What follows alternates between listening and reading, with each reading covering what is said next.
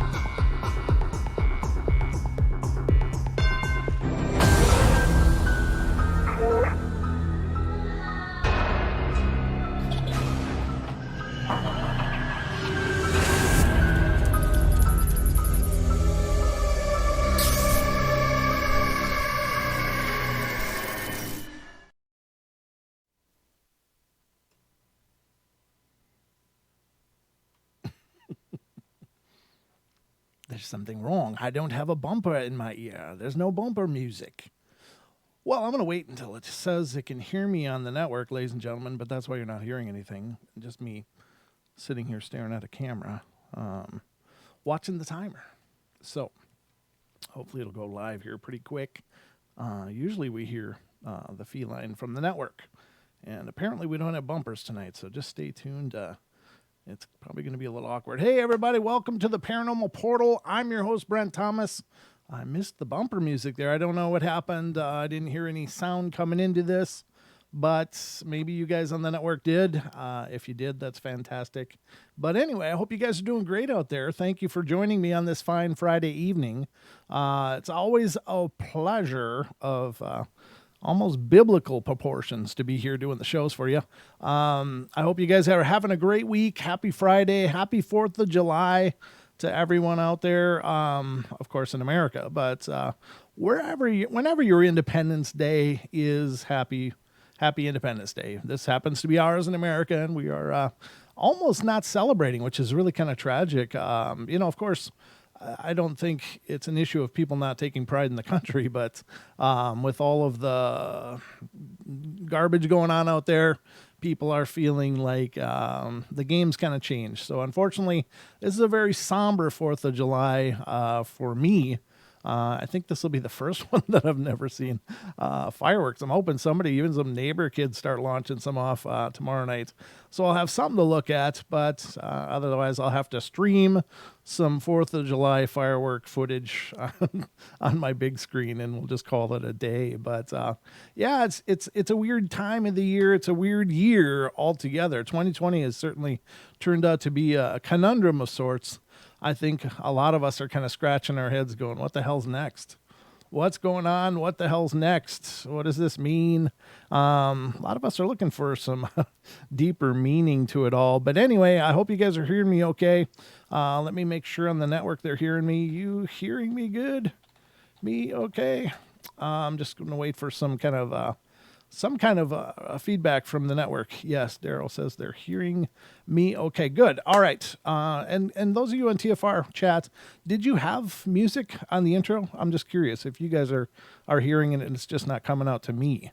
I'm just a little, it's something that we as hosts end up relying on a lot just because you guys did. Okay, fantastic. I'm glad you guys had the bumper going in, but it certainly is an audio cue to all of us. Like, oh, there's the music. Okay, because we'll get into these rants sometimes, these ideas, and we start doing our host thing and talking a lot, and the clock just kind of disappears from our mind, and the next thing we know, boom, the bumper music is there. But when it's not there, and it's happened before, it's just a complex machine sometimes just needs some tuning and tweaking, and definitely TFR is one hell of a complex machine that Chris is doing an amazing job with.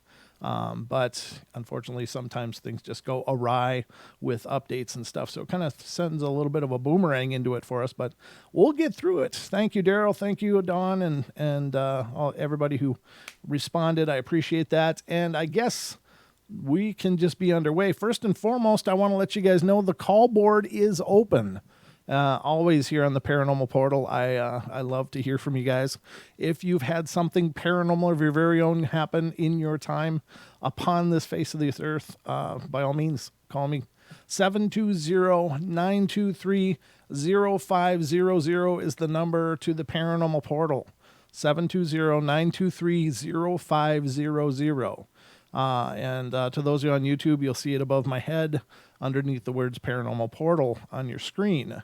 But to those of you on TFR, normally the call-in number is the same for all the shows. But the portal has our own. We're because I do a lot of shows that aren't on the network, and so we had to get a call board for us to do all the other shows. So anyway, I hope you guys are doing great, and I got some interesting stuff pulled up for you guys tonight. We're going to go through a whole grab bag of fun here, but we got to hear you and the music at the start. Oh, okay. So it wasn't muting me then. So I was talking through my own bumper then, huh, Don? That's all right. I appreciate, and thank you for that compliment. Yeah, it's really bizarre not to hear it. So I just have to look at the on screen, whether it's muted or on the air, but it's the nature of the beast. It's the nature of the beast. So, let's see. I'm not going to be doing a live show tomorrow night, even though it's the 4th of July and there aren't going to be any fireworks in this neighborhood. I still gonna just spend time with the family unit and stuff and just relax. So don't look for a live show tomorrow, but of course there'll be a rebroadcast on for any of you listening on the network. And we've been at the portal for a long time now, and I don't know how many. I'm sure we're well over 500 episodes on let's see, on TFR, maybe not 500, maybe we're like 400 or something. On YouTube, I know we're over 750 episodes on YouTube. So there's always a portal going on, plus our podcast. Don't forget about that. You can always check out our podcast, which is called, obviously enough, the Paranormal Portal, and you can find that on any of the major podcast players. So there's always a new show coming out, just waiting for you. So excuse me, sorry about that. I'm just a little gassy. It's rookie night here on the show, but all right, I got a couple of things I want to go through with you right off the bat. Sometimes I think it's fun to look back at some of the, the paranormal is timeless. There's not a shelf life on paranormal activity. I mean, there's ghost stories that go back, to the 1800s and much older. There's ghost stories that go back into the 1600s. There's a long history, and I don't think that they quit being interesting. It's not like there's a shelf life on them where, well, that's just too old. I don't find that interesting. Now, I do think that the older a story is, the more likely it is to be embellished, of course, because, and it's the game telephone that people talk about. Yeah, you repeat something and the story merges and evolves with each telling. And I'm sure that that's the case for some of these paranormal stories, but there isn't like a disinteresting part of it. I think anytime the paranormal happens, it's incredibly exciting and cool.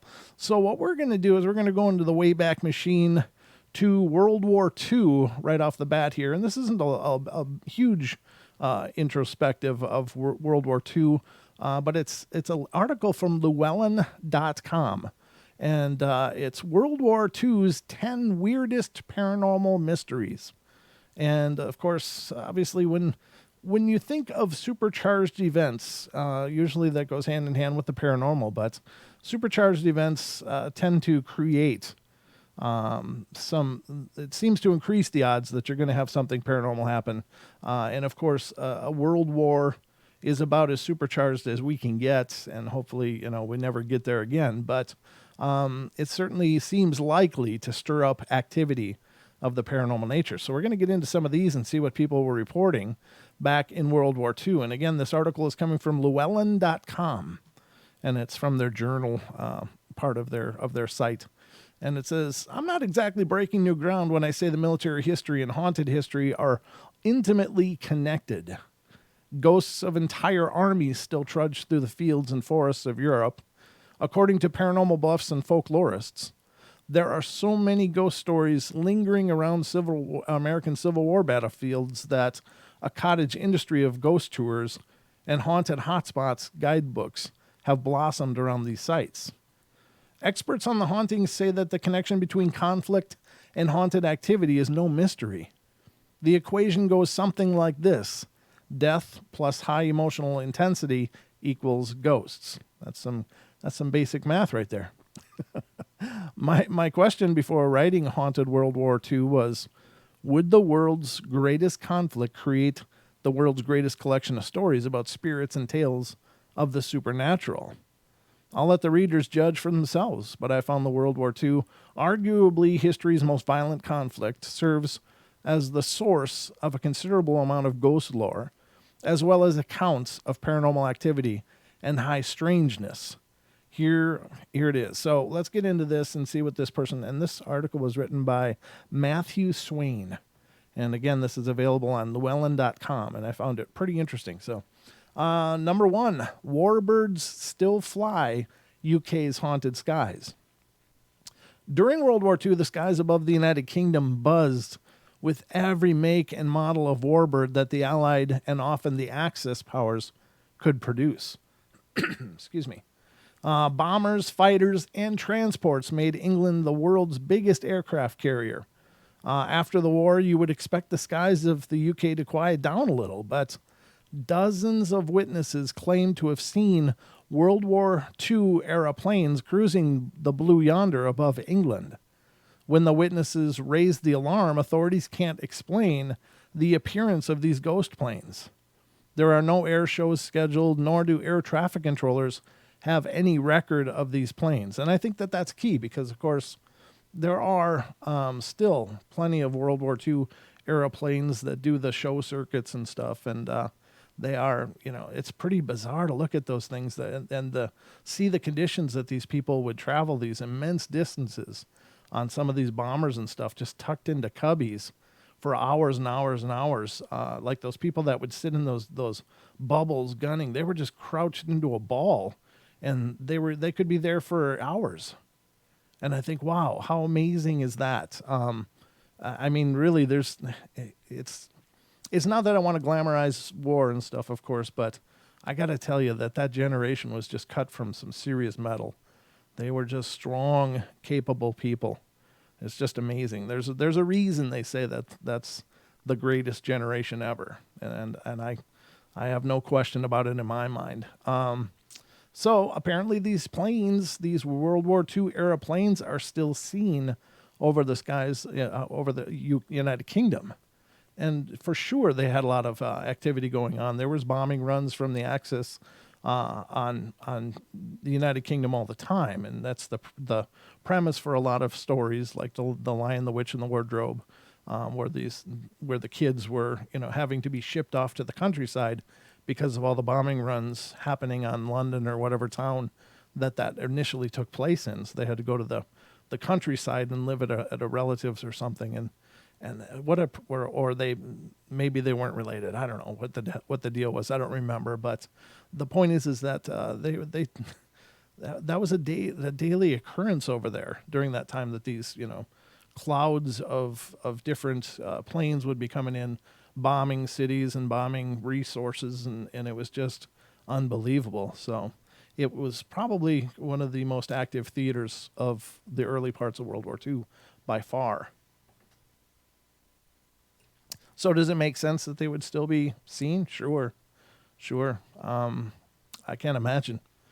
If anything was going to leave a footprint, acts like these certainly would have. So the next one is apparition invasion. After writing a bunch of books about ghosts and ghost lore, I thought I'd written about it all. Ghost mules, haunted Mexican restrooms, and possessed tour buses, but I couldn't imagine an entire beach being haunted by legions of ghosts. But that's exactly what a group of holiday vacationers said they encountered while on holiday at the beaches of Dieppe. I don't know if it's Dieppe or Dieppe, a site of a bloodily botched raid in World War II. During the early morning hours of August 4th, a few weeks before the anniversary of the Dieppe raid, or Operation Jubilee, the group said they heard the bark of cannons and the shouts and screams of soldiers. This band of spirit brothers even had air cover. The witnesses said, adding that they heard the scream of dive bombers when the vacationers went out to investigate the next morning. They found no sign of a real armed incursion and promptly reported their experiences to paranormal authorities. Who are paranormal authorities, I wonder? They said they reported it to paranormal authorities, but maybe there's maybe there are authorities over abroad for the paranormal, but that has got to be, and we hear stories about that all the time. The ghost cannons of Gettysburg and other Civil War battlefields, where they can still hear the troops fighting, these little echoes of time, and it doesn't seem to have necessarily any rhyme or reason, I don't think, of when they happen, but you just never know, and a battle will just suddenly happen or be just audible for a period of time. And it's not often that there's as much visual going on, but there's definitely sounds that seem to just leap through time and into our present day, and it's incredible. So this one is a German general's ghost in the U.S.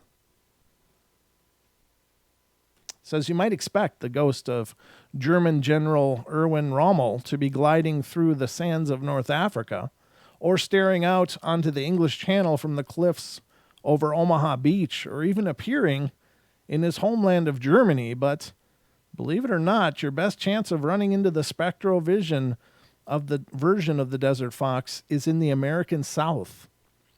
People claim they saw Rommel's ghosts in graveyards and in a hotel in Virginia.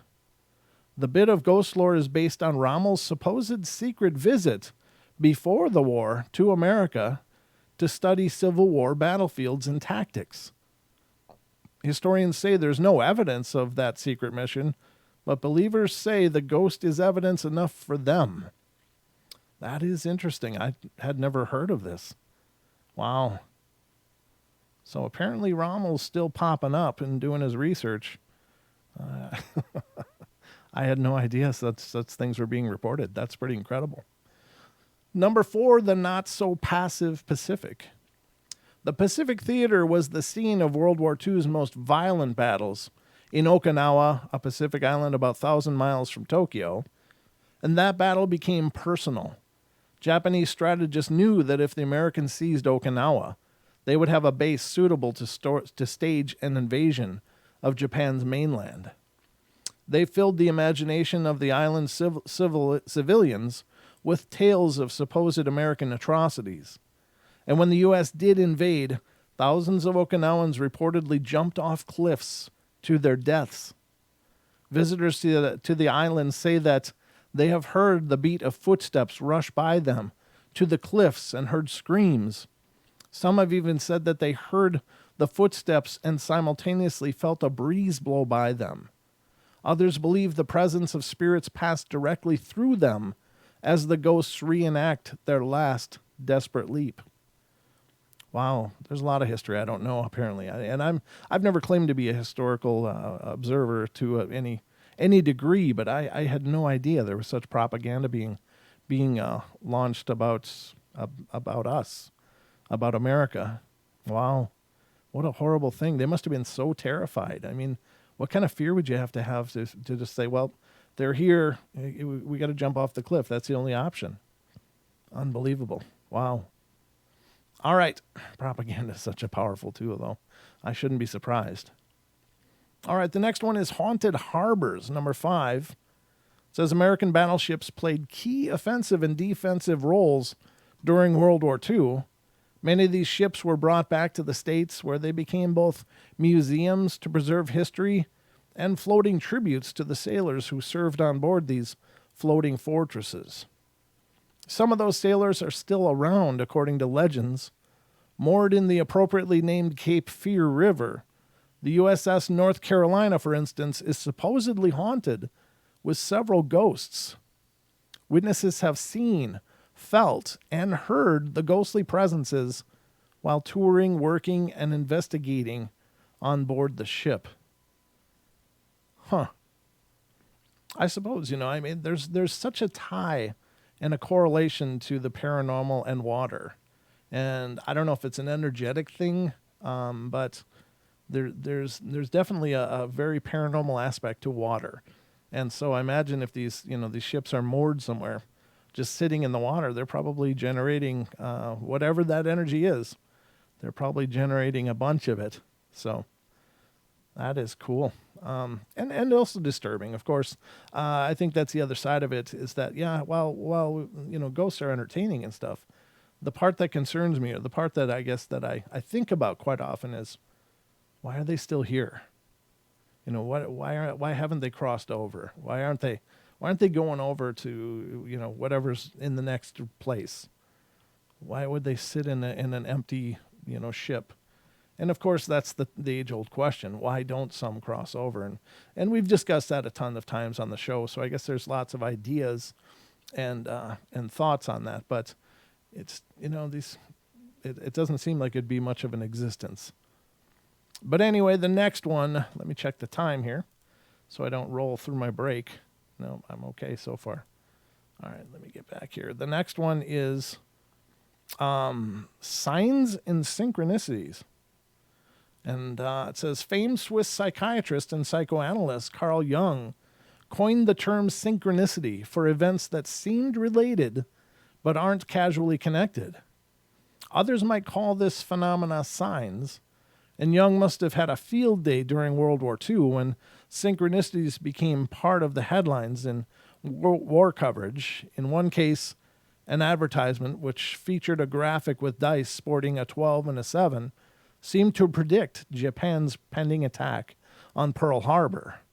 In another bizarre case, code names for aspects of the D-Day invasion cropped up in a crossword puzzles rather. Now people wonder whether these were just coincidences or the manifestation of unknown forces. Yeah, I find that really interesting too, because I've heard about that, where there was a series of crossword puzzles that seemed to be full of these code phrases and code words that were utilized during these events. And for those of you that may not know, I think everybody probably knows, but I mean, code words were kind of the method of saying, okay, go now. Once you hear this word, go ahead with our plan. And so the fact that those arbitrary words or phrases would just suddenly pop up in a crossword puzzle does seem to, of course, you can't blame the intelligence for being a little curious about that. Why? What's going on? Is there some secret covert deal with the crossword puzzles to give away, our go words, our launch code, basically, for these missions? So I did hear about that, and I find that pretty impressive. And of course, I think number 7, most of us have heard of this one. And there's a popular band even named after it. It's the Freaky Foo Fighters. So everyone knows that the modern UFO era began with Kenneth Arnold's 1947 sighting of a formation of unidentified craft flying like a saucer if you skipped it across the water over Mount Rainier in Washington. Or did it? During World War II, several pilots claimed to see objects fly near or even at their formations. Descriptions of the craft resembled what Arnold saw during his jaunt over the Cascades, and the pilots dubbed these weird flying machines Foo Fighters. And many ufologists say that these sightings ushered in the first credible reports of UFOs in modern history. Yeah, that's amazing. And of course, it was, right now we have to kind of wonder, well, is that ours or is it not ours? Is that a TR-3B or is that from somewhere else? Is that from Pleiades or from, the air base? But back then, state-of-the-art technology was a Mustang, P-45 Mustang or whatever the fighter planes were in World War II. There was several different versions, but I mean, a prop was pretty much it. Rocket technology was just being kind of invented actually in Germany, as I understand it, with the V2 rockets and stuff that they started lobbing everywhere, which are kind of like, these, aimed in a direction and just go. And they did. I guess Germany did actually develop some jet aircraft, but it wasn't until very late in the war, and by then it was too late to turn the tides. But there was nothing that would resemble a UFO, at least not that we know of. Now there is, of course, the flying bell stories coming out of Germany that they may have discovered or had the cooperation of an extraterrestrial intelligence, and were able to develop something of the sort of a flying bell. But it's all speculation, of course, but very interesting nonetheless. We're down to the 2-minute mark. Wow. Time flies when you're talking the paranormal. That's going quickly tonight. But I think it doesn't surprise me that, I think the UFO sightings, of course, go much further back than that. There's reports from the 1800s of people seeing things, and a craft crashing into a windmill in Texas in the 1800s, and perhaps even the body of the occupant was buried in an unmarked grave in their cemetery. And there's lots of, not lots, but there are stories like that out there. Of course, every civilization in the world has these legends and reports of these lights in the skies. So it's not new, but I guess they coined it right. This author coined it right. He said the most credible reports. But there are reports going back much, much further, all through history. And then, of course, you get into the ancient aliens, there's even more. So we're going to, I got to be careful now. Okay. So I'm just going to stay here on this page because we're going to get into about the 30-second mark with the breaks coming on. But I just want to let you guys know, please, following our show, stick around because Paisley Wild will be coming up next with the Spaces Between. And that's always a great show. And then World Bigfoot Radio will be taken on after that. So there's lots going on here on TFR, iHeart, TuneIn, and TalkStream Live. It's quite a lineup on Friday nights, and that's just a pleasure being here. And a special thank you again to Freaky Friday, guys. I'm sorry I didn't mention that on the front end, but when I didn't have my bumpers, I get a little confused. So, all right, guys, we're gonna go take a break, so don't go away. We'll be back with some more of the Paranormal Portal in just a couple minutes.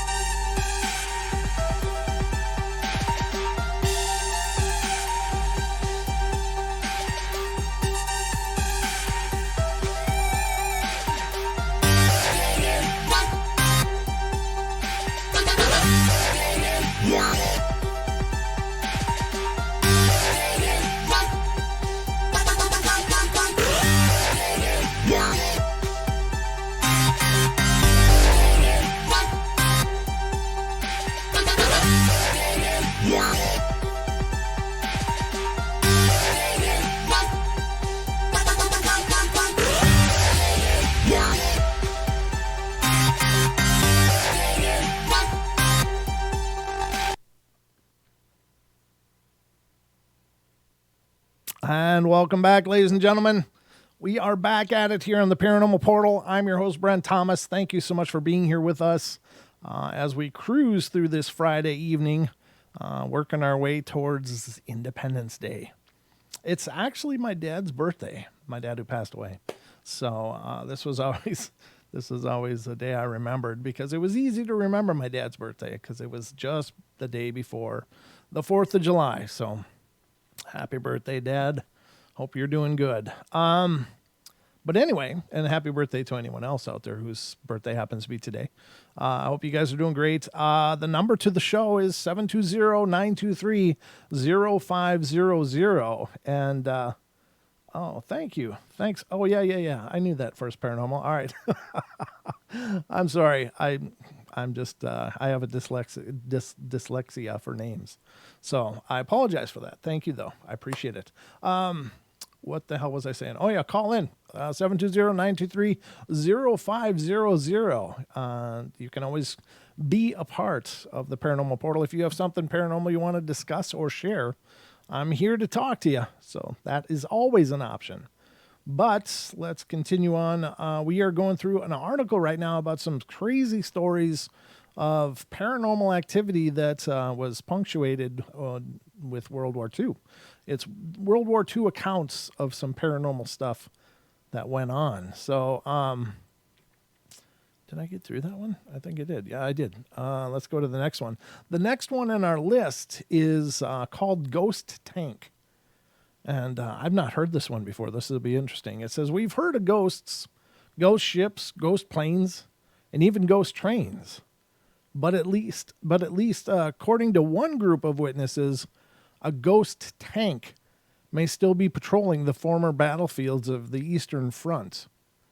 Witnesses told a newspaper that one night, while scouring the fields for artifacts from the war, a team of war trophy hunters say they distinctly heard the unmistakable clanking of steel treads and the roar of an engine cutting through the otherwise silent darkness. Well, too scared to investigate at the moment. I mean, who wants to to take on a vaunted Soviet T-34 tank, let alone the ghost of one? Well, they did report finding what looked like twin tracks of some type of vehicle in the ground, and the tracks were fresh. Well, that's curious. If it actually left tracks, does that count as a ghost anymore? Well, there are reports, of course. I'm not hitting puberty. I don't know why my voice kind of crackled there. Sorry about that. But there are reports, of course, like, say, victims of drownings. There's been hauntings that are attributed to the spirits of these drowning victims. And sometimes they will manifest as these footsteps, these bare feet slapping on a wood floor or a tile floor. And in their wake will be these wet footprints. Now, oftentimes it sounds like well, at least several that I've researched myself, it sounds like these footsteps evaporate very quickly and are suddenly gone in a very quick amount of time, faster than, of course, water would evaporate. But I think that's pretty peculiar that they found fresh tank tracks and didn't see a tank or something. Now, is it possible? I guess, it is. It's just very peculiar that it would actually leave these impressions in the soil. So that's a new one to me. I don't know.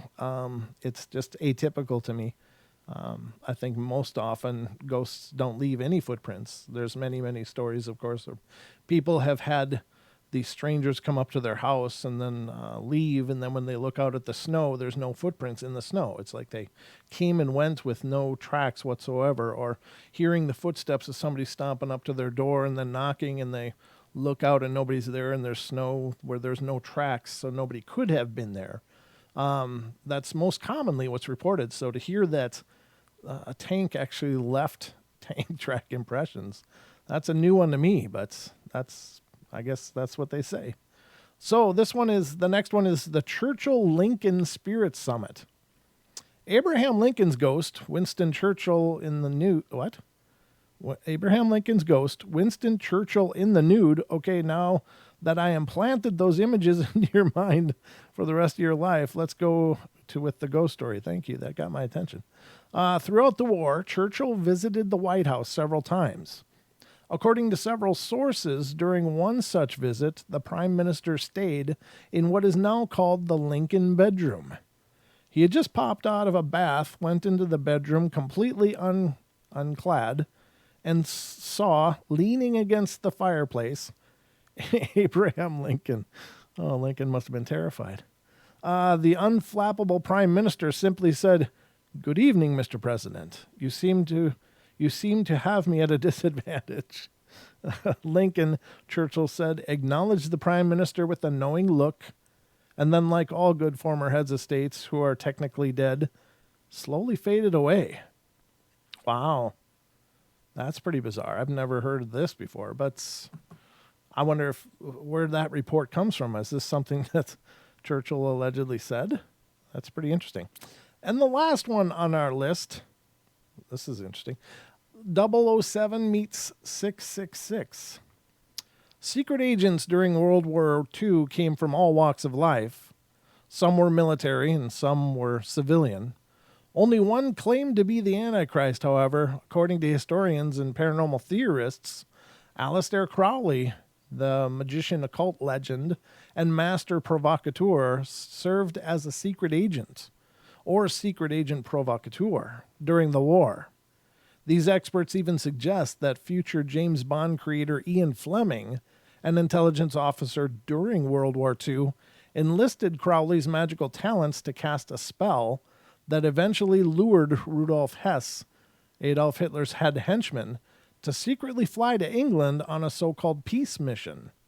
Another story says that Prime Minister Winston Churchill's V for victory sign was actually an occult gesture proposed by Agent 666 himself, Aleister Crowley.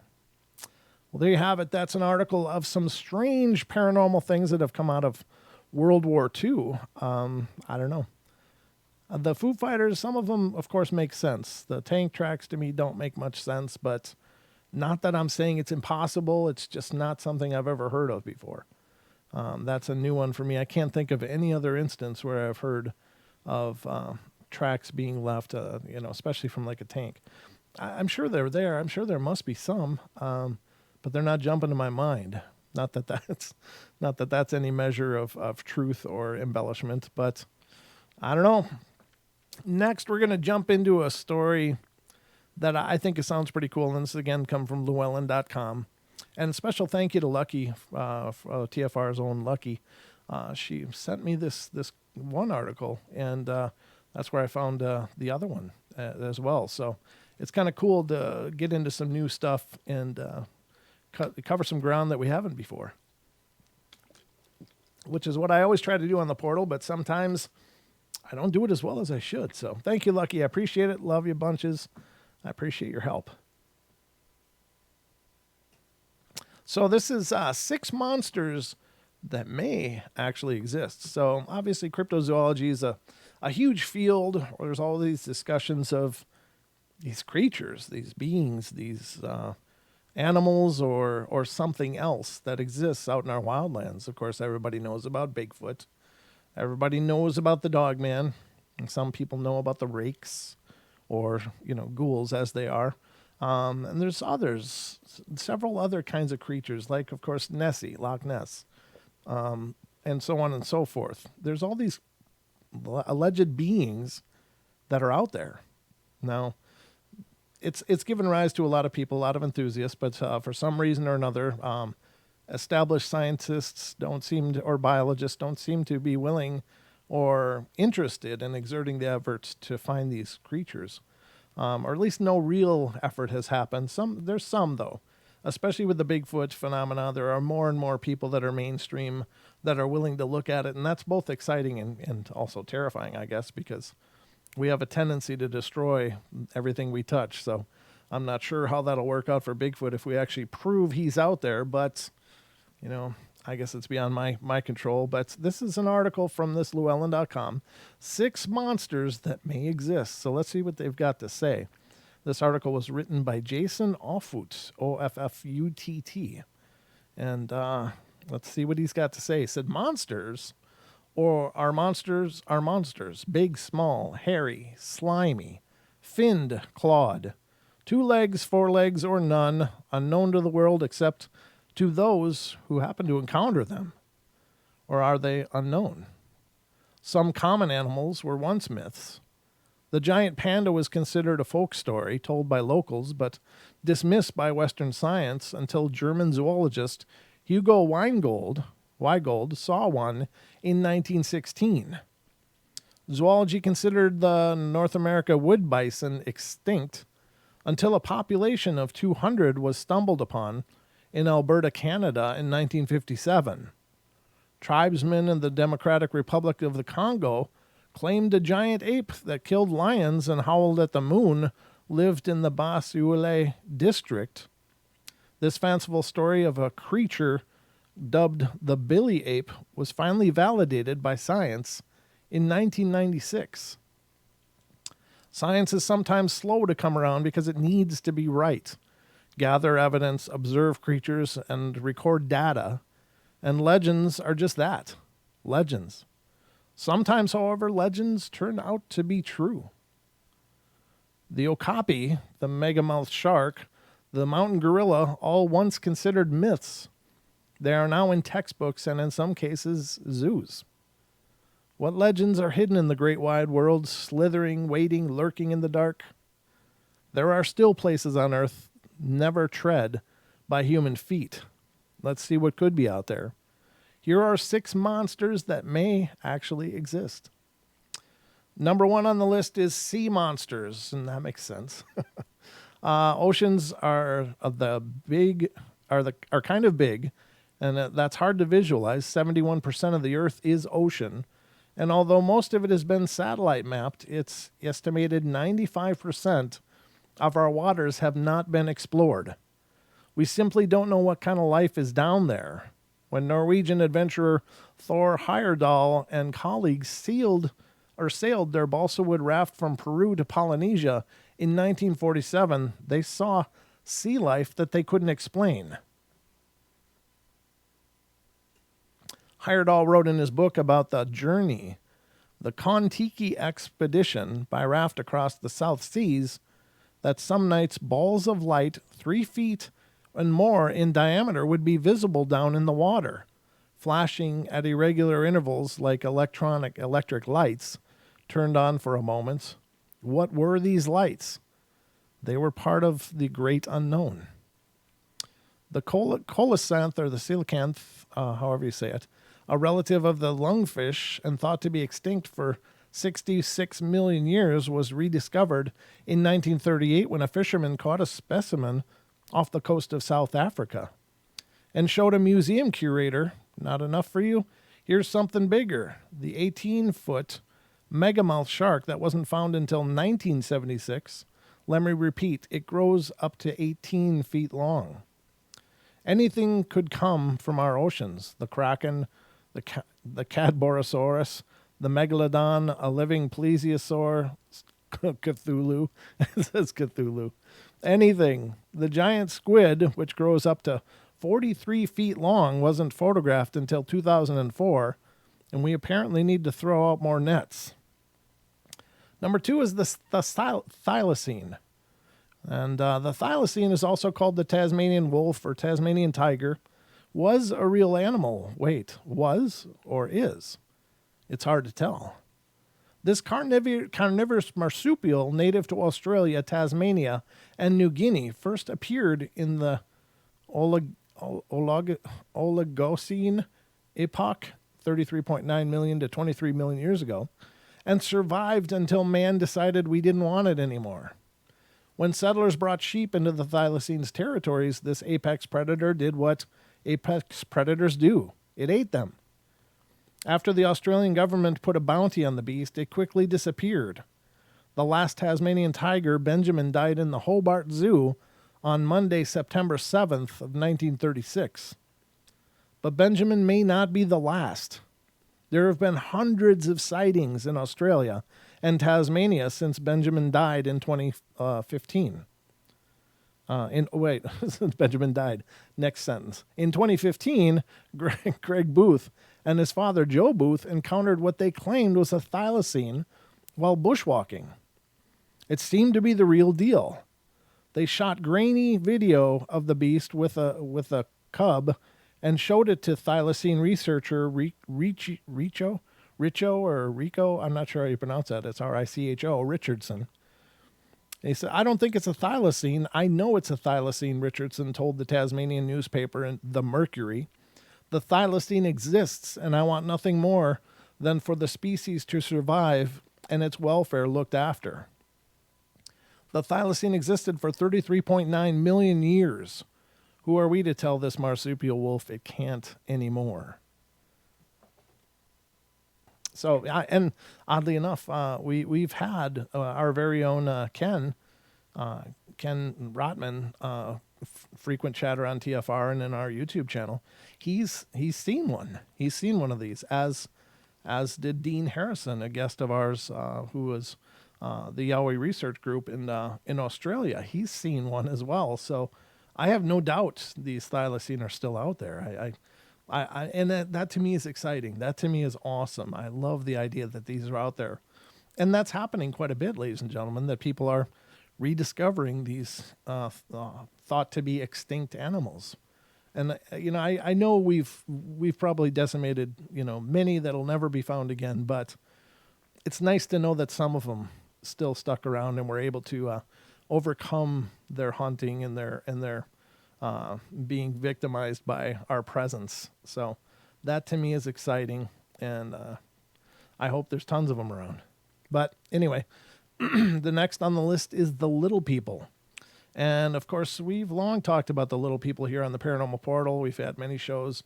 Our very own Robin Moonshadow's been on talking about these many times.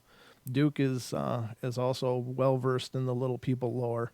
And I have no question that they're out there too. I don't pretend to know what they are. I don't know that they're just flesh and blood. I don't know that they're not. I just know that there's a lot of reports coming in of people seeing these miniature people or garden gnome looking things running around, and it stands to reason.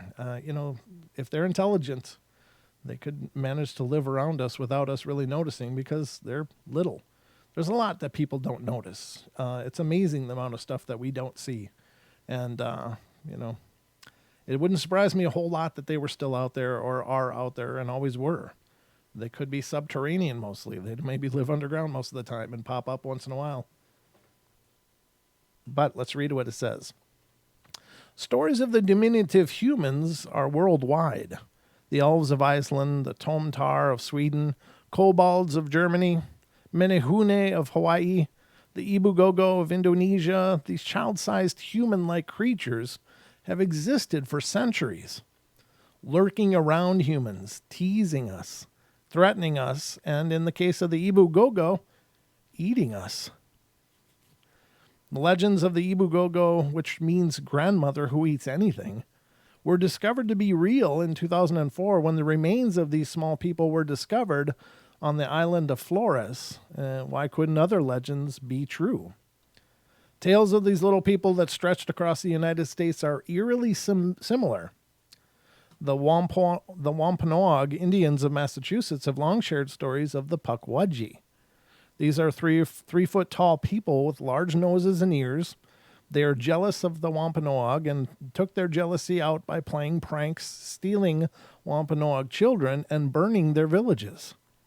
The Pukwudgies can become invisible and magically conjure fire, and they are also armed with poison arrows and will shoot big people who enter blindly, wander into the Pukwudgie territory, or simply annoy them. Pukwudgies have been known to lure people to their deaths in the wilderness. Similarly, the Delaware Indians tell stories of the Wamatagunis. Similar to the Pukwudgie, no one should anger the Wampanoaguis. I'm sorry, I'm butchering that name. These little people will become invisible and use their incredible strength to injure or kill those who have wronged them. The Sioux, Omaha, Otoes Indians of South Dakota once feared Spirit Mound, a 1,280-foot tall hill that is the highest point on the Great Plains, within 100 miles, and 2-foot tall people they called little devils lived within the mound and would come out to war with the tribes, killing many with magical arrows. These stories so impressed explorers Meriwether Lewis and William Clark that they detoured their expedition to search for the little devils, but they didn't find any. The Shoshone Indian tribe of Wyoming told similar tales of the Nimrgar, a vicious tribe of small people who warred with the Shoshone, mainly using poison arrows. Maybe like the Ibugogo, someday the remains of one of these arrow-shooting little people will be discovered. Huh. Very interesting. I do believe they're out there. I don't know. These legends, it's kind of like the Bigfoot legend, which isn't a legend either. Don't get me wrong. I'm not meaning to misrepresent it by any means, but when you think about what is the probability that disparate, geographically isolated communities of people all over the globe have stories of these large, hairy, ape-like men, and it's all over the globe. How would they all have that information? How would they all have a legend that ties so closely to each other through cultures, through languages, through regions, and separated by enormous geography? How could they all have these stories if there wasn't something representing that in their areas? And I think there are and were. It's no question that it's something we've discussed on the show many times, and there's no question. The Bigfoot is the most adaptable being on the face of this earth. Any kind of habitat or climate, they not only survive, but they excel. They flourish. And doesn't seem to be a place on the earth that they can't survive. High altitudes, low altitudes, swamps, desert areas, and everything in between. If it's tropical, it doesn't matter. They just seem to do fine. And all of these places have these stories of these incredible beings that are out there. And the same with the little people. The little people legends are global as well. From our Europeans to Africa, to Australia, to the Americas, North and South, and everything in between, Asia, Russia. There's hardly a place on the globe that doesn't have a story of the little people. Even the Arctic, the Inuits up there have stories of these little people, and many times there was cooperation between their communities, trade even between the communities. So this must be based on something. And so it wouldn't surprise me that these things are out there, that there are things out there that have so far eluded our official representation or discovery. But people are discovering them, mostly by accident, but they are. And it doesn't make it less real. It just means that these are smart beings. These are intelligent beings that are able to work around us without much trouble. And it doesn't surprise me. I mean, look at your average person. Your average person hardly notices anything around them. We live in our tunnels. We live in tunnel vision. We get up in the morning, we think about either work or things we got to do, and we do them, and we're thinking of other stuff. We're always thinking of everything except where we are. And so these things, I think, exist all around us. They just know how to avoid us real easily because we're not usually looking. So I think that is changing, though. I think more and more people are starting to pay attention and are looking and are working towards some form of discovery. But again, that's a catch-22, because once things are discovered, once they're validated, once the word is known that they're out there, then it has to change, because everything we touch changes. So hopefully these other communities of beings will be okay with our acknowledgement and presence. But yeah, exactly, Bam. Bam says most people are easily distracted. You got it. I mean, a phone call can take somebody off of their game. Like, maybe now with this lockdown isolation, maybe Ruthie, that's true. But it doesn't surprise me. And I think it's a matter of time before our technology, if these are just flesh and blood creatures, it's only a matter of time before our technology will catch up with our inability to search for ourselves. And, we'll turn up some evidence, we'll turn up some things, and then I guess we'll see where that takes us. But I don't think, I don't know. I think there's other aspects to these beings, though, that we don't quite understand. I think that they may have a footstep in each world. They might have a foot in more than one world, and they're able to step side by side and come and go. And maybe we did too at one time. Again, I've talked about astral projecting. We seem to be multidimensional people. We just have lost a lot of it in whatever goes on with us. I don't know.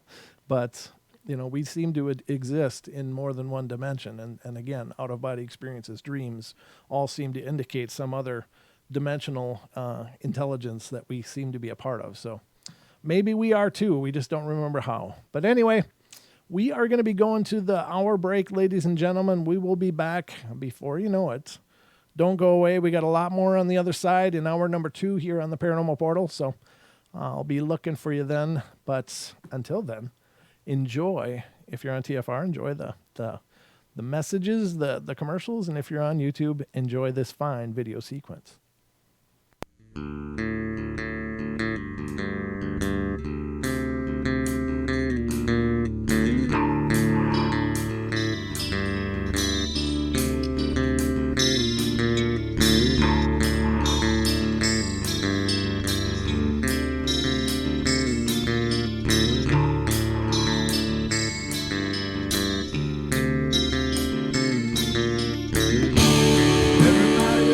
Play their games. Everybody loves to place their bets.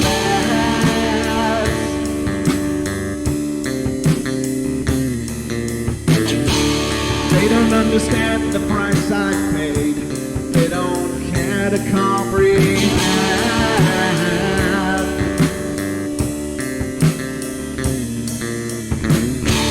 Trace their lines upon my body, ripping scars across my heart.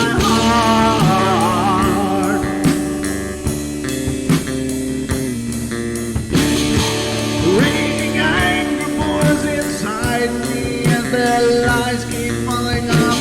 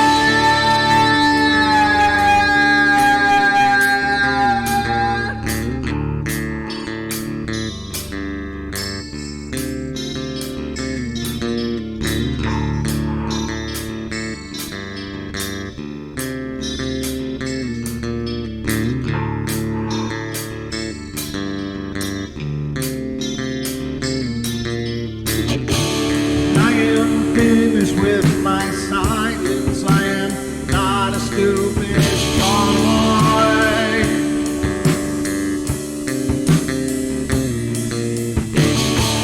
No more breaking me with kindness, just you dance upon my joy.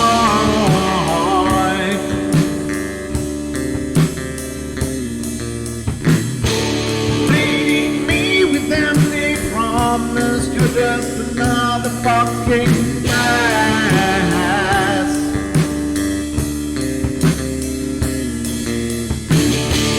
Taking off the slice of my sanity, just make sure that you're well fed.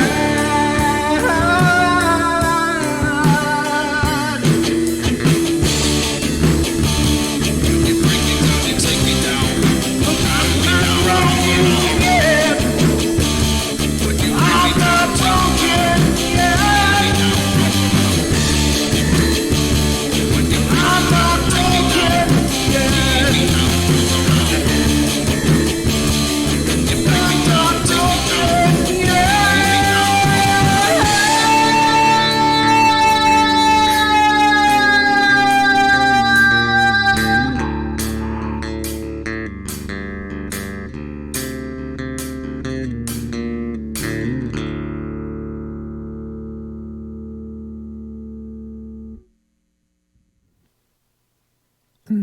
wait.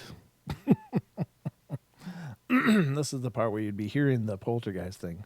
And those on the network probably are, and I'm talking right over it. But sit quietly, folks. We'll be right with it. Boom, boom, boom, boom, boom, boom, boom, boom. We'll get into it in just a minute, but without the bumpers. I can't just stand here and look stupid.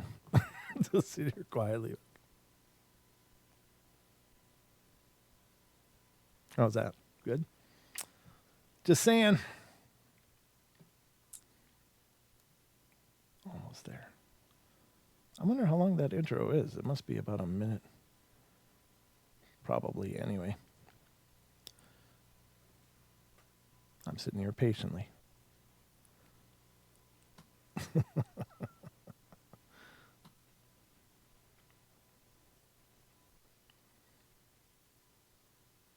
Amen, 5 Hazel. Amen.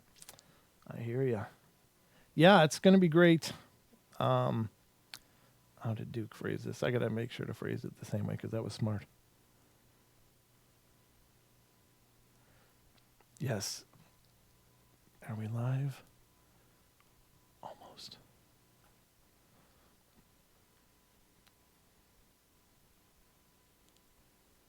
And welcome back, ladies and gentlemen, to the Paranormal Portal. We are back and back at it. It's weird without those bumpers, but I just wanted to also note, as Duke said, it's the countdown to Coloma, ladies and gentlemen.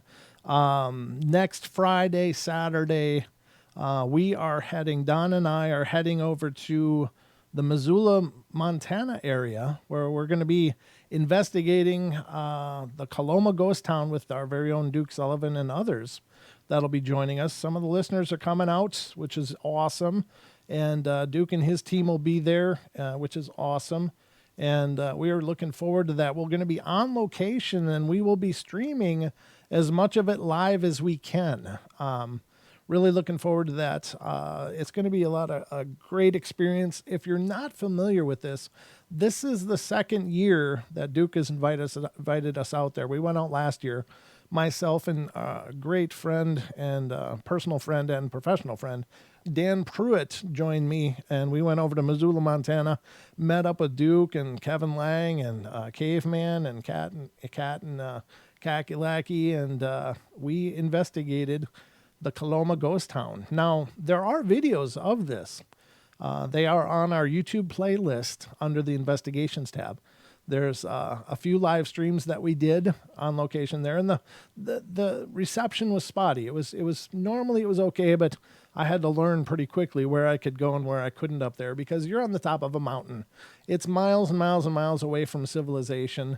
The fact that I had any kind of signal up there was absolutely mind-blowingly cool, but we were able to stream it live, and we were heading up there, and we had some great experiences. Dan and I did.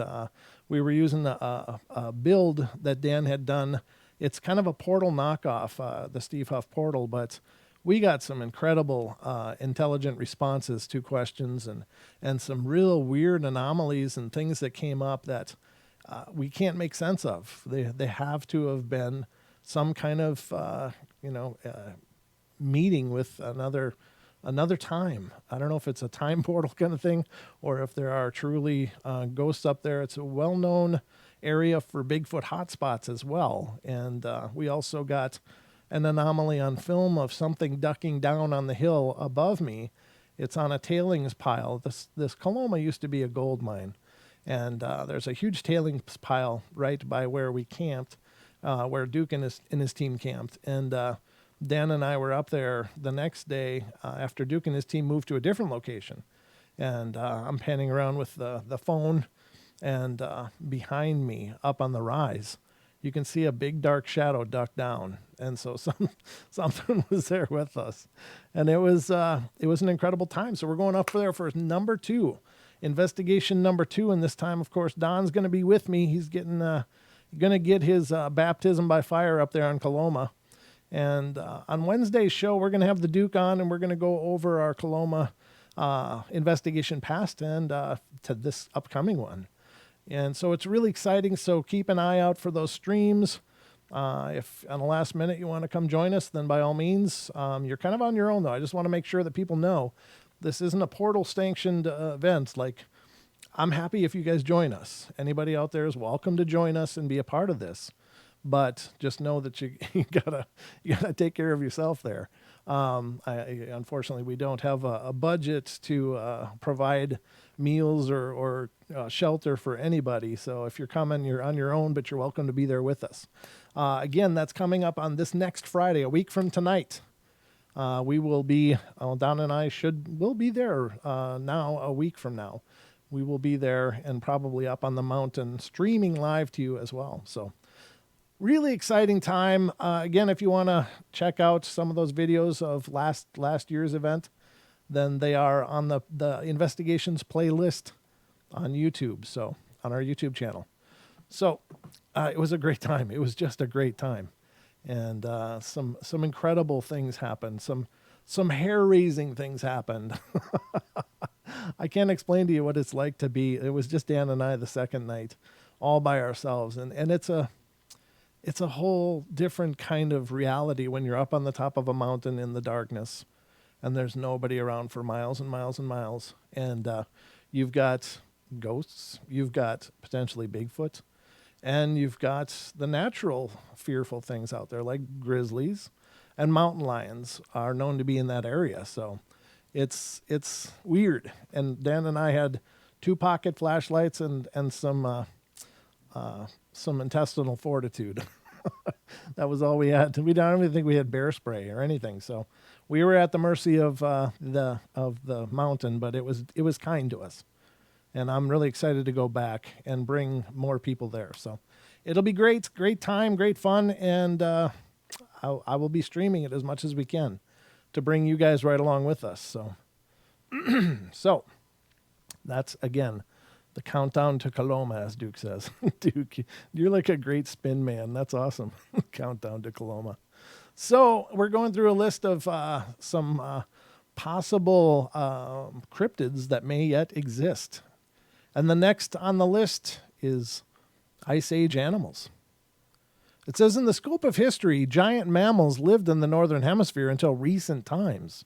Mammoths, large hairy lumbering elephant forebears, wandered across Asia, Africa, North America, and Europe, and became extinct around 10,000 years ago. However, a small population remained alive on Wrangel Island in the Arctic Ocean off of Russia until 1650 BC.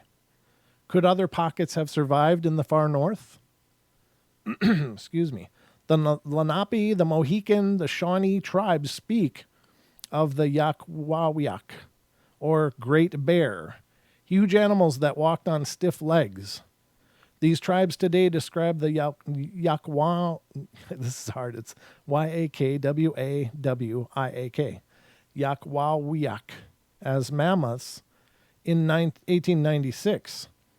The Portland Press published, which is coming out of Maine apparently, Portland, Maine, published a story of Colonel C.F. Fowler, who traveled to Alaska to buy mammoth ivory from Inuit Indians. Some tusk they presented to him were bloody with rotted flesh.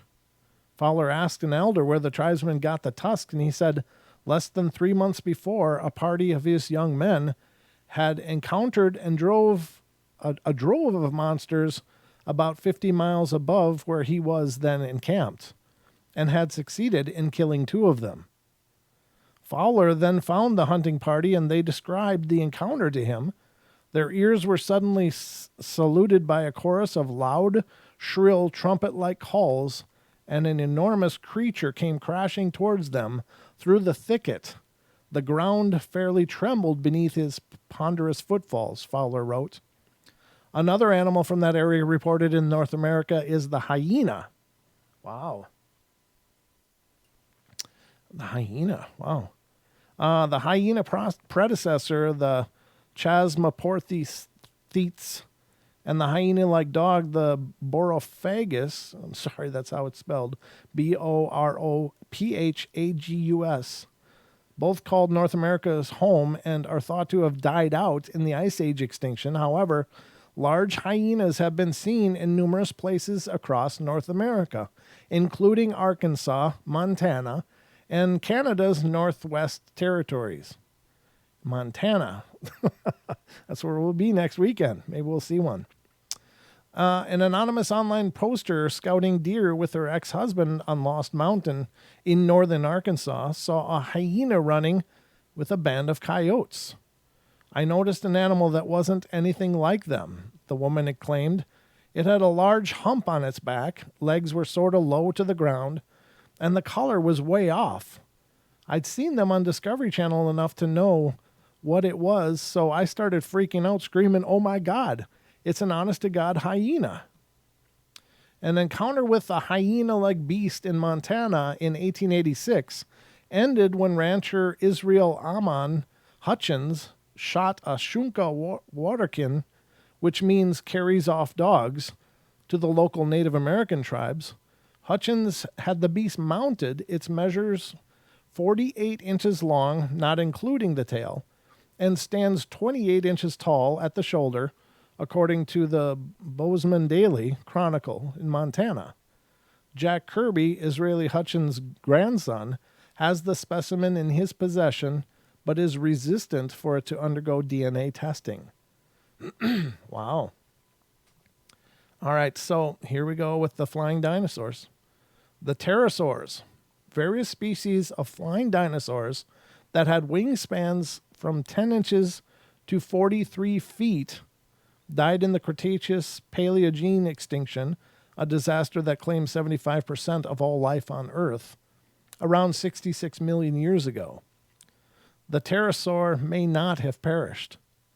Living pterosaurs have been reported from Spain, the Philippines, Indonesia, the Netherlands, Australia, New Guinea, Africa, and South America. And why not? Many beasts survived the extinction: alligators, frogs, birds, turtles, the coelacanth.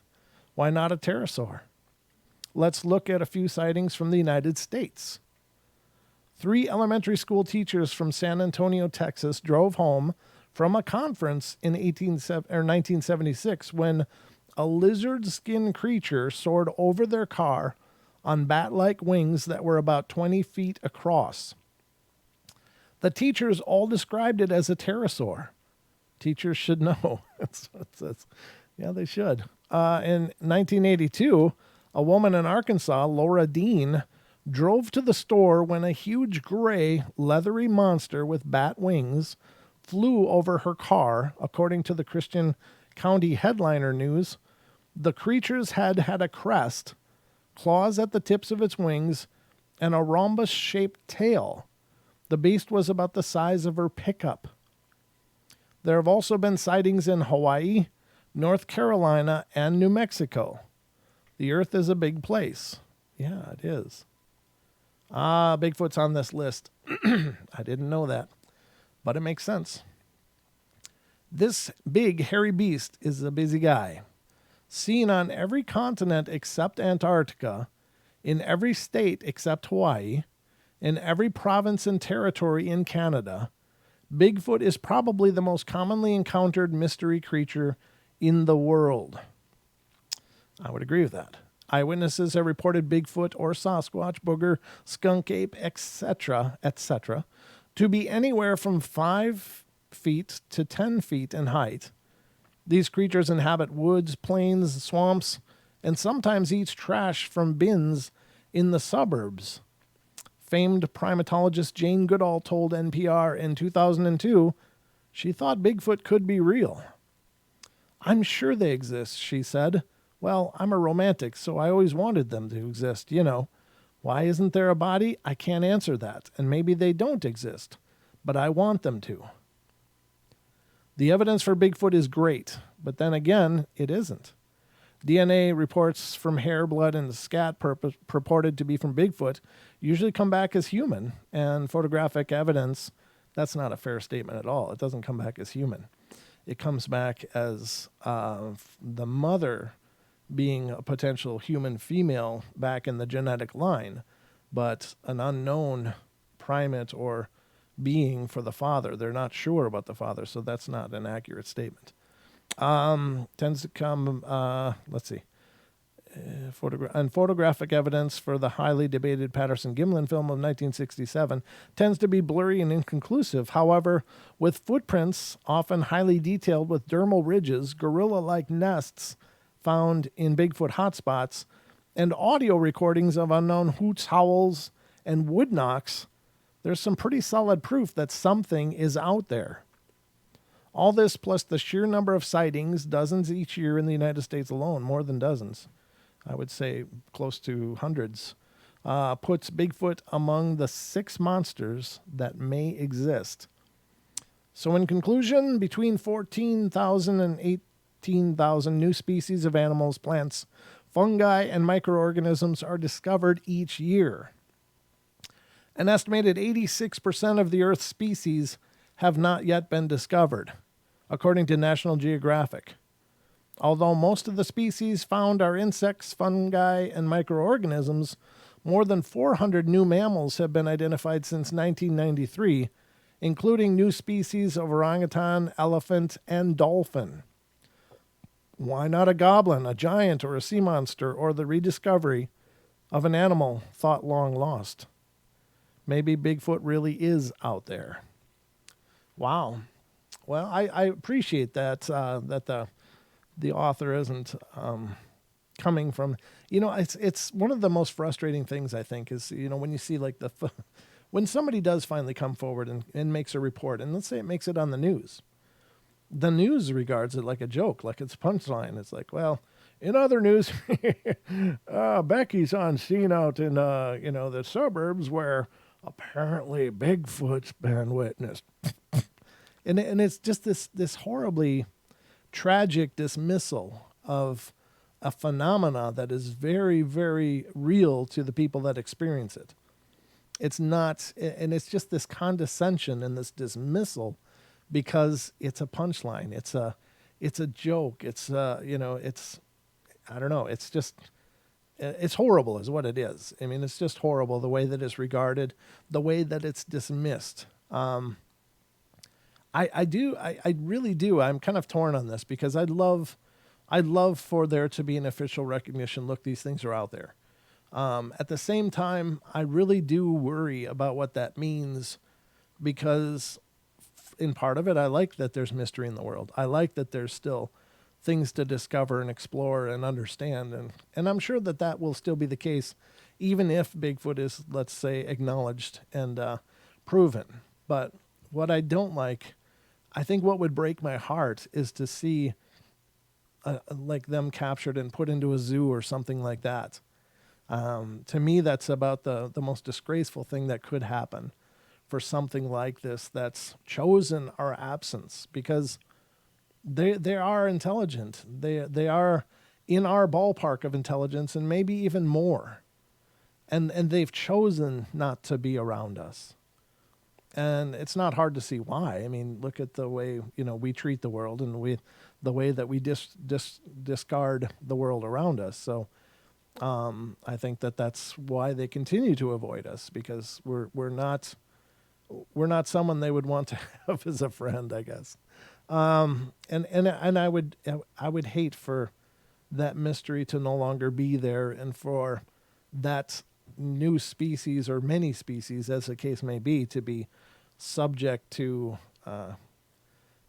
display and to be harassed. And how many more people would go into the woods every year?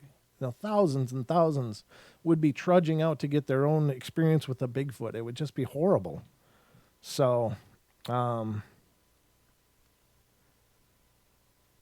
yeah. So I think that that's the part that worries me. What does it mean if it is proven? What does that mean for this species of things that are out there that have chosen our absence? And I think that's very real. I think that's a very real consideration. So that sounds cool, Duke.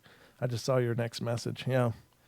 I will. We're going to go over that on Wednesday, ladies and gentlemen. The Duke is going to be on the show, and we're going to talk. We're going to have a whole discussion about the upcoming investigation in Coloma and a recap of what we've already experienced there last year. I'm sorry, I'm froggy. It's the weather. It's getting hot, then it's cold, then it's hot, then it's cold. And meanwhile, my body's not sure what the hell to do with it. So, but yeah, we're getting close to the next break, so I got to be careful here what I get into. But the hell, that sounds like fireworks. It's too light out for fireworks, though. Oh, not yet. I'm kind of bummed about that, actually, that there's not going to be fireworks this year. The next thing I want to get into is an article that I found on Bustle, and it's bustle.com, and it has to do with real stories from the Japanese suicide forest that will make you afraid of the woods. I haven't pre-read this, so I don't know if these are paranormal in nature or not, but it sounds like they are. So just in me screening that just ahead of time, we'll get into this. I guess we can start. And it says, the forest is without question one of the scariest places in the world. People often find clothing or body parts while traversing through the so-called sea of trees. The results of the inordinate number of deaths by suicide that occur there every year, over 100 took place between 2013 and 2015, according to CNN, which is, questionable source there. But that's not the only reason the forest is a place you probably don't want to revisit.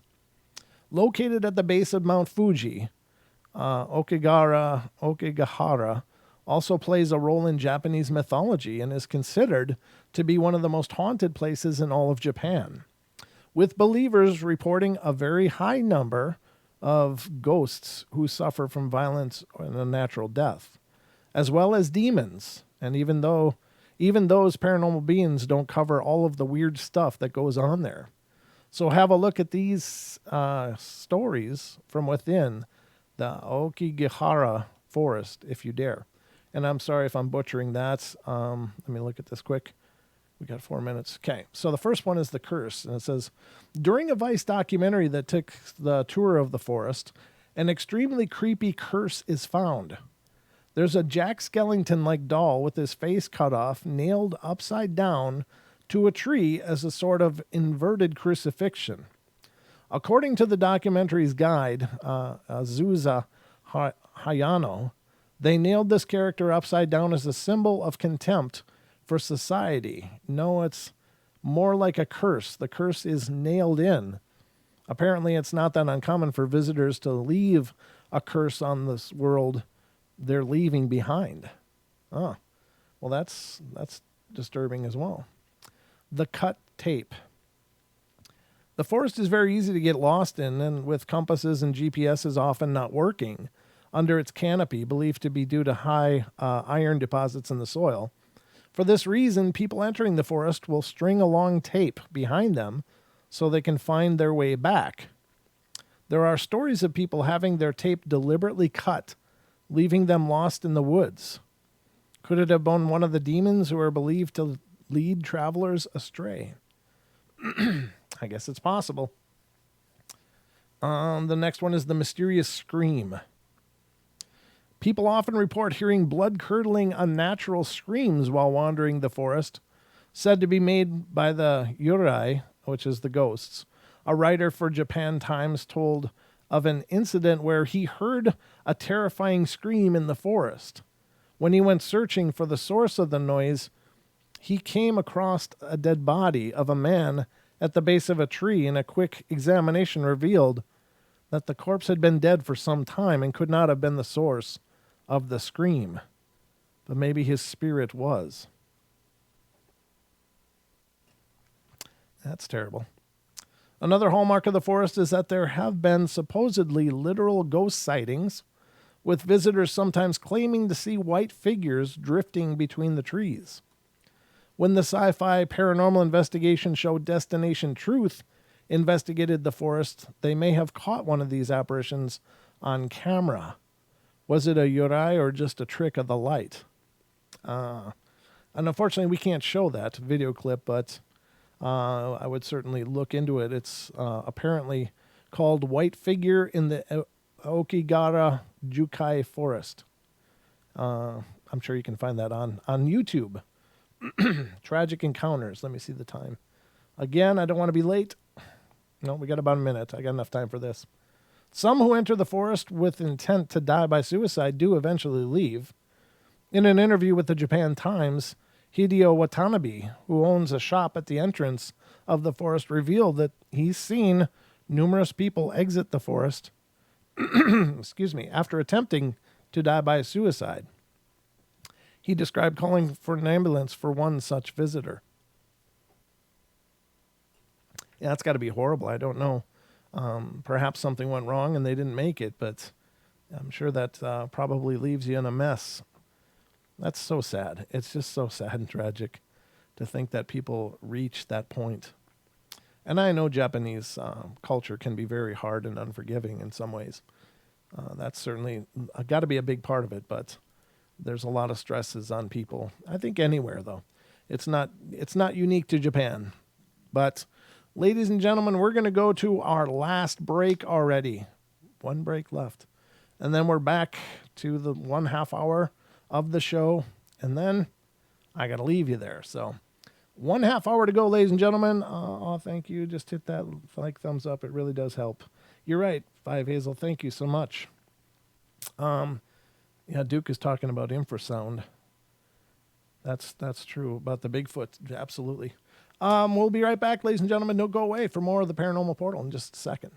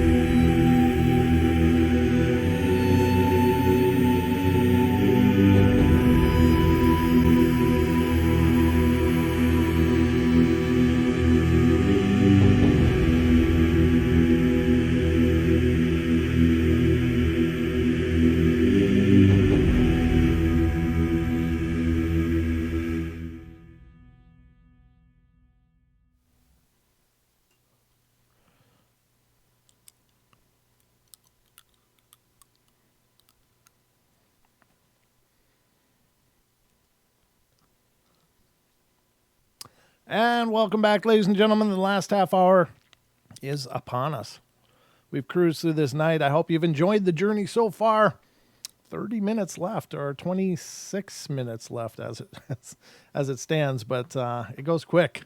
I suppose I should have prefaced all of this a little better in case any of you aren't aware. In Japan, at the foot of Mount Fuji, is this forest, and it's known as the suicide forest, and it probably became apparent in my reading, but it's this very extraordinarily tragic place where many people, I don't know, just through the weight of their life, they reach a point, and in Japan, it's kind of, I guess it's not uncommon, but people choose to end their lives for whatever reasons. I don't pretend to know, and I couldn't quantify those, but they for some reason this forest is the place where they do it, and it's it's a horribly sad, tragic thing, and I don't know. I don't think I'd ever want to go there, even though I'm very curious about what that place might be, but I think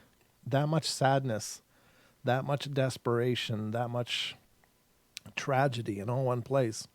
It's kind of like any other place of horrible things happening, like a concentration camp, for instance. I don't think I'd ever want to tour that, and it's not because I have a blind eye to this suffering and a blind eye to shutting that part of the world off. It's just that I don't want to carry any of that darkness with me when I leave. I'm aware of suffering and the pain that people go through, and I think visiting a place like that would have to be an incredibly heavy and uncomfortable feeling. And it's just so tragic to me, especially, many of these people are not like aged. They're younger people, and they're, in the prime of their lives. And for whatever reason, they just choose to call it quits. And I think that that's such a horribly sad and tragic thing. And I am a person whose suicide has touched my life. And I'm well aware of the pain that leaves in its wake. And I don't know, what a whole forest of, people have gone to end their existence, what that would be like. But, it's of course very tragic and sad. But let's see, where was I? I guess I scrolled all the way up, but I kind of got through that, didn't I? Where did I go? Sorry, I guess I made it through this. It does say, given its proximity to Mount Fuji, Akagahara's... Well, what the hell? Yeah, given its proximity to Mount Fuji, I'm sorry, this article just ends really weird, and I had to kind of see where it was going here, but it says, given its proximity to Mount Fuji, Aokigahara is considered by most Japanese religions to be a very spiritual place, but that's not necessarily a good thing. Buddhist monks have set up altars in the forest to try and combat what they say are the evil spirits haunting the forest and drawing people there to die by suicide. One Buddhist monk named Kyomyo Fukui was visiting the forest to set up an altar when he told the New Zealand Herald, "The spirits are calling people here to kill themselves. The spirits of the people who have committed suicide here before." So while there are many frightening stories out there about the forest, it certainly isn't the type of place you want to go camping. And then there's a great tag at the end. If you or somebody you know are experiencing through suicidal thoughts, call 911 or call the National Suicide Prevention Hotline at 1-800-273-8255. So I think that's a responsible ending. I mean, it's terrible. It's a terrible way for anyone's story to end. That to me is just painful. But I know, I know there's certainly circumstances and things going on it's hard to understand what a person is going through. And, that pain can feel just about as all-encompassing and consuming as it's possible to feel.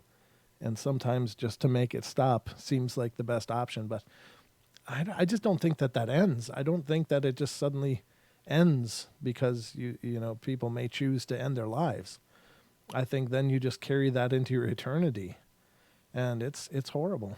But anyway, I was looking at something here that I was going to read, and I got to find it because I got lots of stuff open on my, my computer. I don't know. It's terrible. Too much stuff. I don't know if I read that one. Maybe I did. I'm just going through these last few articles that I had pulled up, and I'm trying to remember. What did I cover? What didn't I cover? It's a conundrum of sorts here in the Paranormal Portal. I've got a lot of stuff open everywhere. This, I don't know if I got enough time to go into this. I think I should. This is kind of an interesting thing, and we talked about water spirits and water when our good friend Farm Carlton was on, and Pharmacy Seeds Network was our guest, and we talked about the science and spirituality of water. And I found this article, and I haven't read it yet, but it sounds interesting. And it says, home visits from a friendly local water spirit.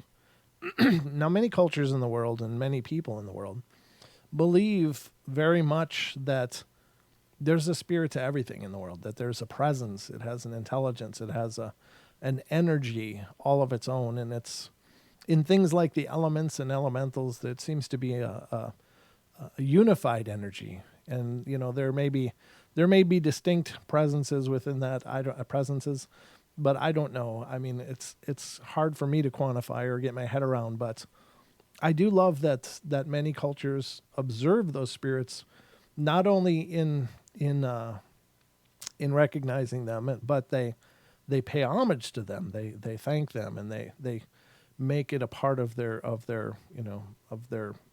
spiritual endeavors in this world. And I think that's a beautiful thing, to acknowledge the spirits of the water, the earth, the air, the fire, and the spirit itself. I think that all things do have a spirit. I guess that to me makes perfect sense. And of course, being grateful and thankful and wishing blessings upon the waters of the world, the air of the world, and stuff is probably a beautiful, wonderful thing to do. And but this is interesting. It says, the strange times when I had a water nymph visiting and arriving in the corner of my dining room. Now, I can't account for the story or the credibility of it, but it sounded interesting, and this is the Paranormal Portal, where we discuss all things paranormal. And I think water nymphs definitely follow into the paranormal. So let's read this. About 6 months after my waking up during a visit by my friend Joan, we found that I had a water spirit, also known as a water sprite or water nymph, and Undine is another name, or Undine, in my dining room. Hold on, sorry. Most of the time we would find her in one particular place, although she was not exclusively stationed there. We think that there must be an underground water hole entrance on this spot because we could not see her spending too much time away from water. She interacted with me more than 6 months from when I first became aware of her. She would often merge her energies with mine if I spent any time in one place in the dining room. When this happened, I would find myself undulating gently like the ripples of a stream. This seemed to be her way of saying hello. It took me a while to get used to her presence, as I was very visual during this period, and it was quite a shock at the times to walk into my dining room and see what I, in the first instance, thought was a woman standing in the corner of my dining room, especially early in the morning when I was not quite awake. Now it says, description of a real water spirit or water sprite. She was of medium height, and it looked like a person made of water. She has many shades of deep green and blue, and she constantly undulated as though water flowed within her. She also had a longish, watery hair and a woman's face, hence the she. Even now, many years later, I miss her presence. To a certain extent, it felt as if This interaction was part of both of our unfolding education. She was learning things while visiting this human's abode, as was I by her presence. A year before her appearance, I had retiled the kitchen's floor. I was very creative in the house and laid 3 colors of vinyl tile to create a design that represented the contours of a lake when looked at from above. It would have taken me about half a day to lay the tiles as original 30 by 30 centimeter squares. However, this excessive creativity took me at least 2 weeks using a sharp knife and scalpel to sculpture the lake shape contours from the tiles to completely cover the kitchen floor. The sculptured tile lake flowed the length of the kitchen but narrowed to a channel as it came up against the door leading into the dining room. When making that water exit part, I had been surprised that I had finished it that way with the open outflow, as it actually felt better making it fully enclosed.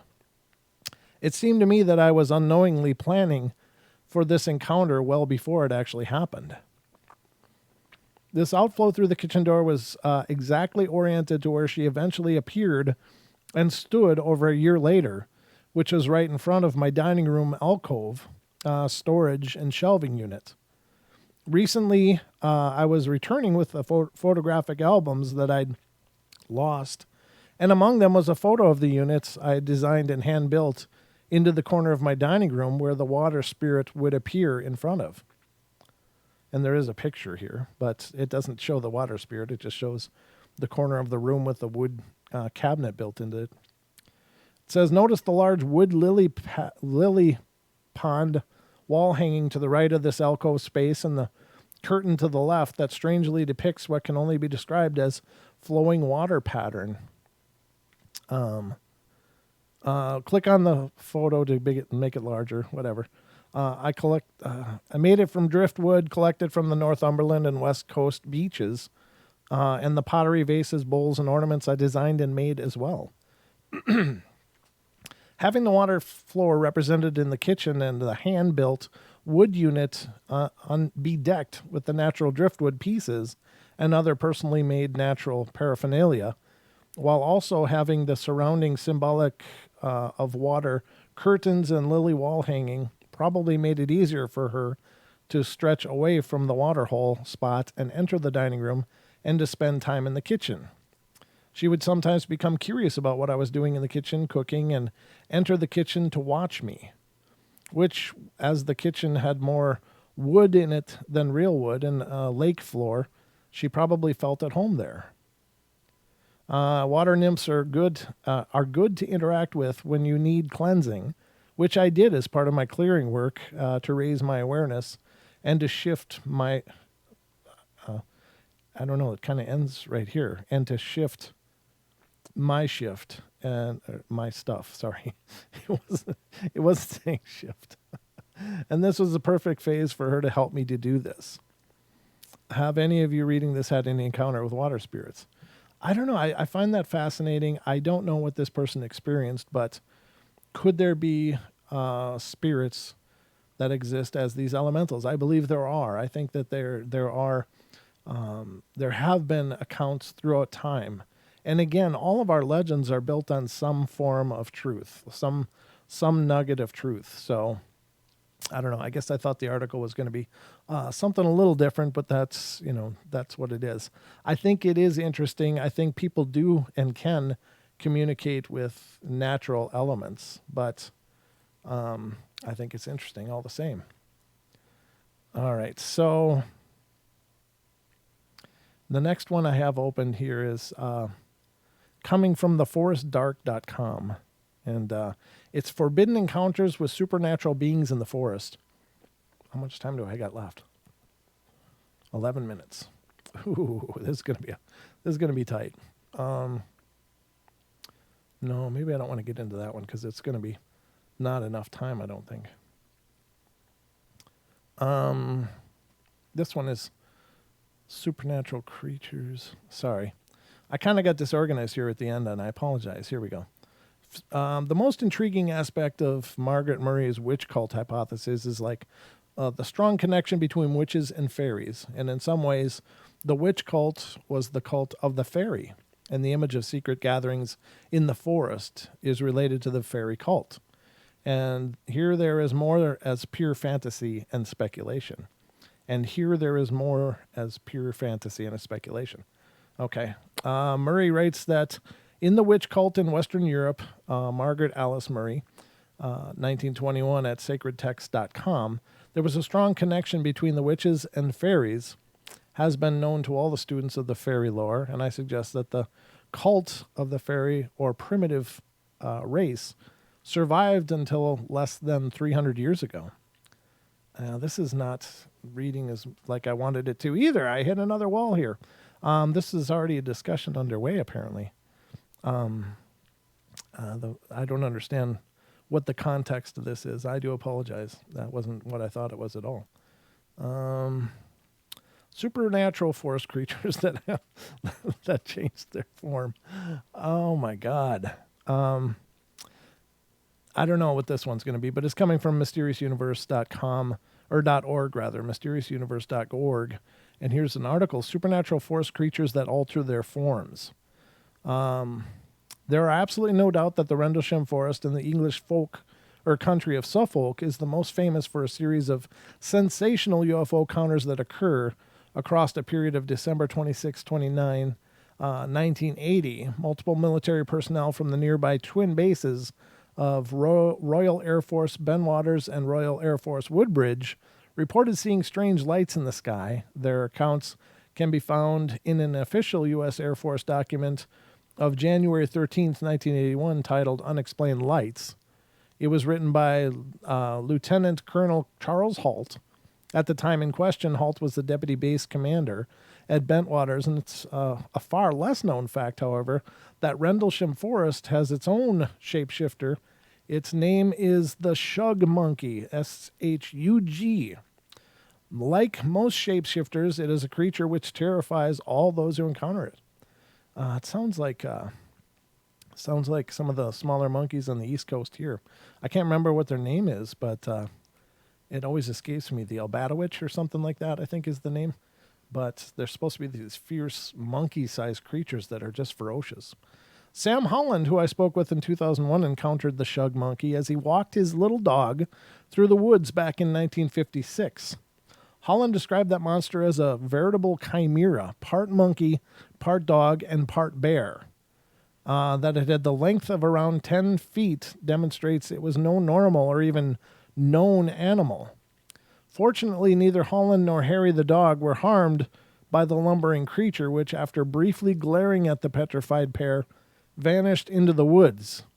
A near-identical animal was seen 7 years later in the same stretch of forest by Margaret Peggy Cushing. The only difference, a very significant difference, being that the animal suddenly changed into the form of a hideous bat-winged gargoyle and soared off into the dark skies above. Notably, Cushing said that as the beast changed its shape, there was a shimmering effect surrounding it. God, how many times have we heard shimmering in terms of Bigfoot, though? I've heard that term so many times. Adding yet another component to the story is an account which comes from monster hunter Jonathan Downs. He is the director of the British-based Center for Fortean Zoology and someone who accompanied me on a 2004 expedition to Puerto Rico in search of the legendary chupacabra. In his 2008 book, Island of Paradise, John described how in 1996, an old girlfriend of his has shown him a very interesting piece of film footage and unidentified paw prints found in a certain area of muddy ground in Rendlesham's forest a year or two earlier. They closely resembled the prints of a cat, but what variety no one could say. What could be said, however, is that they were far bigger than the kinds of prints that would be left by a definitive big cat. Of course, there is nothing roaming the wilds of the United Kingdom of such a size, or at least there shouldn't be any such beasts on the loose. There have, however, been multiple encounters in Rendlesham's forests with what have become known as alien big cats, or ABCs. God, I had no idea Rendlesham was such a hotbed of activity. That's absolutely terrifying. Wow. Moving on, we have the saga of Tom Potter, a local man who was witness to a large monkey-like animal seen in the early hours of 1987 morning. I met Potter in December 2000 and right on the heart of Rendlesham Forest when a 20th anniversary party to celebrate the 1980 UFO landing was held there. As Potter drove to work at around 4:30 a.m., and as he passes the fringes of Rendlesham Forest, he caught sight of a creature that was not dissimilar to a chimpanzee. In fact, that is exactly what he thought the creature was, as he slowed his vehicle to a near halt and watched it amble along the road at a leisurely pace. That is until it suddenly stopped and turned to look at Potter, whose vehicle at the time was moving at a speed of barely a couple miles an hour. According to Potter, the chimpanzee dropped onto its forelimbs, was briefly lit up by a white glow, and took on the form of a sleek and shiny black cat. It then suddenly raced into a nearby field and was not seen again. Wow. That's crazy. That's almost like a skinwalker thing, right?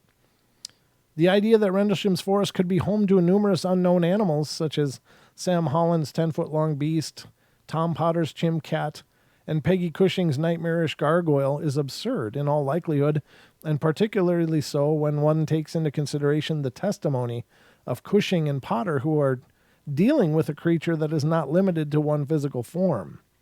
A supernatural chimera, one might justifiably suggest, an intriguing and thought-provoking afterword, with multiple alien forms seen roaming around the Rendlesham Forest. And for decades, what does it all the above say about the famous UFO encounter of late December 1980? While it's not impossible that extraterrestrials from a faraway star system might have touched down in the woods all those years ago, the more logical answer to the riddle is that the UFO events were also the result of shape-shifting, but on this occasion the phenomena chose to take on the form of an ET, which begs an even more thought-provoking question: into what form will the shape-shifting intelligence of Rendlesham Forest turn into next? That was written by Nick Redfern. That's very interesting. I don't know. Would the Rendlesham Forest UFO incident just have been some kind of shape-shifting thing?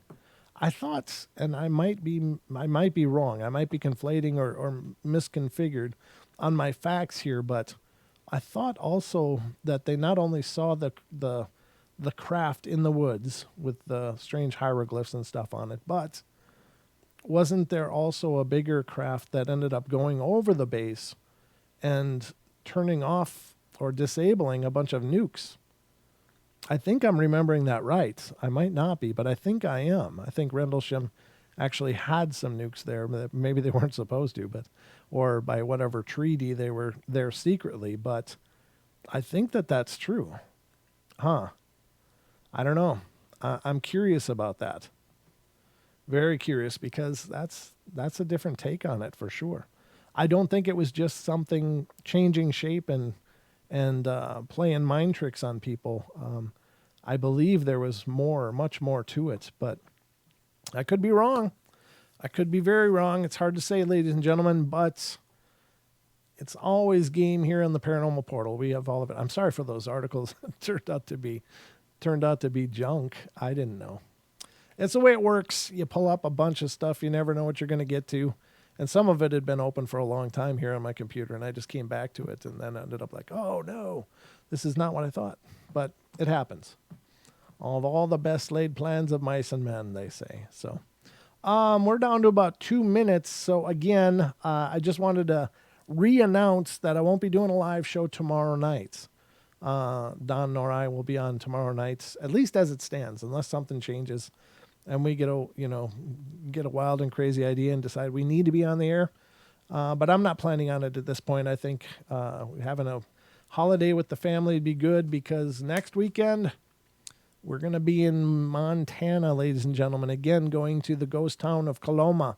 I would encourage you, if you haven't, if you're interested in knowing more about what it is that we did last time, head into our YouTube archives And in there, you'll find both some live streams and some recorded videos that Dan and I did on our second night there when we were there all by ourselves up on the mountain in the pitch blackness and doing the stuff we were doing. And it was really incredible.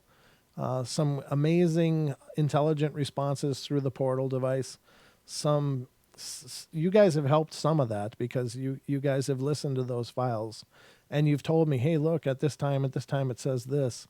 And I rechecked it, and sure enough, I think you're right. I think my name was called a couple times there. There was some things we captured that weren't even in the sound database, so it defies all explanation. But anyway, those videos are wonderful, exciting. I'm very proud of them, and we're going to do even better this time around as we go over to the Coloma ghost town outside of the city of Missoula, Montana, next Friday night. But we're going to get into that on Wednesday when Duke will be joining us here on the show. But stick around. Paisley Wild, The Spaces Between's coming up next, ladies and gentlemen. Thank you all for being here and spending the night with me. And I hope you enjoyed the show. Be good, be kind, be nice. Take care of each other. Help each other out. Find the magic in every day. And remember to laugh as much as you can. I love you all. And I'll talk to you on Sunday on the night terrors. Good night, everybody.